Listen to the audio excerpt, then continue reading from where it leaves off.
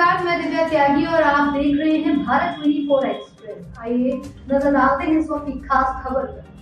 कई वर्षों से लंबित और विवाद का विषय रहा खतरनाक केमिकल कंपनियों के पलायन का मुद्दा आखिरकार चुनाव आते ही फिर से जीवित हुआ है। राज्य सरकार ने ऐसे 156 रासायनिक कारखानों को डोंबिवली से कहीं और स्थानांतरित करने का निर्णय लिया है। उद्योग मंत्री सुभाष देसाई ने कहा कि महाराष्ट्र औद्योगिक विकास निगम की बैठक में यह निर्णय लिया गया। हालांकि कामा कल्याण अम्बरनाथ मैन्युफैक्चरिंग एसोसिएशन संगठन ने इस मामले का कड़ा विरोध किया है। डोंबिवली की 156 फैक्ट्रियों को पाताल गंगा इलाके में शिफ्ट किया जाएगा। पिछले साल डोंबिवली में औद्योगिक विभाग का दौरा करने के बाद मुख्यमंत्री ने यहां के खतरनाक उद्योगों का सर्वेक्षण करने के निर्देश दिए थे।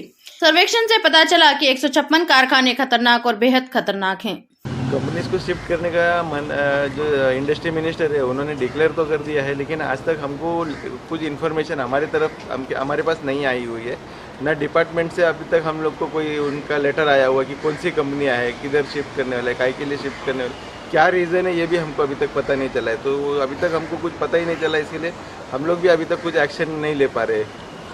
जिस तरह देखा जाओ कि काफ़ी यहाँ पे MIDC काफ़ी कंपनियाँ हैं, यहाँ पे काफ़ी वर्कर्स काम करते हैं। अगर कंपनी यहाँ से चली भी जाती तो वर्कर्स को क्या होगा? आपने क्या सोचा वर्कर्स के बारे में? हम लोग एक्चुअली कंपनी शिफ्ट करने के बारे में सोच भी नहीं सकते, क्योंकि एक बार इंडस्ट्री शिफ्ट करना ये इतना ईजी है ही नहीं।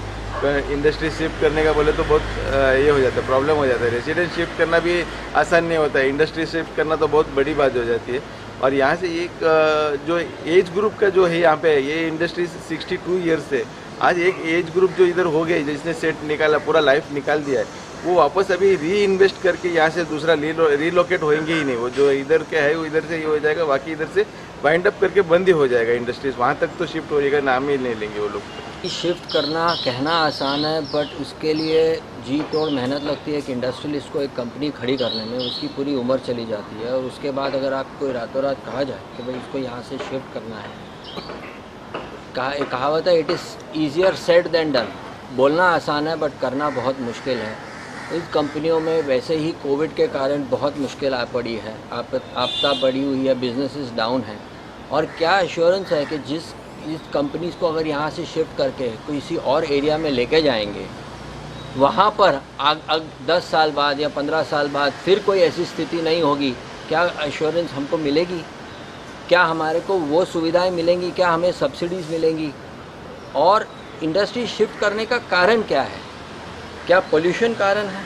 अगर पोल्यूशन कारण है तो ये एक रिपोर्ट है जो गवर्नमेंट की ही रिपोर्ट पेपर में आई हुई है, जिसमें IIT ने काम किया है, जिसमें लिखा गया है कि pollution, industrial pollution is only 13%, सिर्फ 13% है, जबकि road and traffic pollution is 38 to 40%।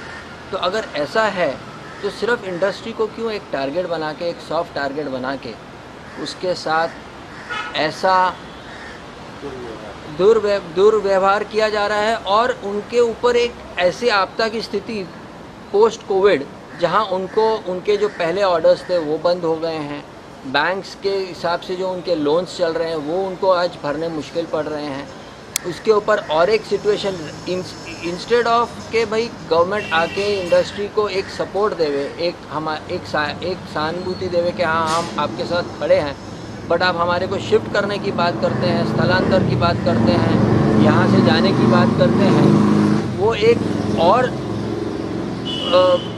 पत्थर है, एक रुकावट है हमारी ग्रोथ के लिए। और industry is the biggest survivor and the biggest economic revenue giver to any industry. आज GST महाराष्ट्र में is one of the top only because of the industry.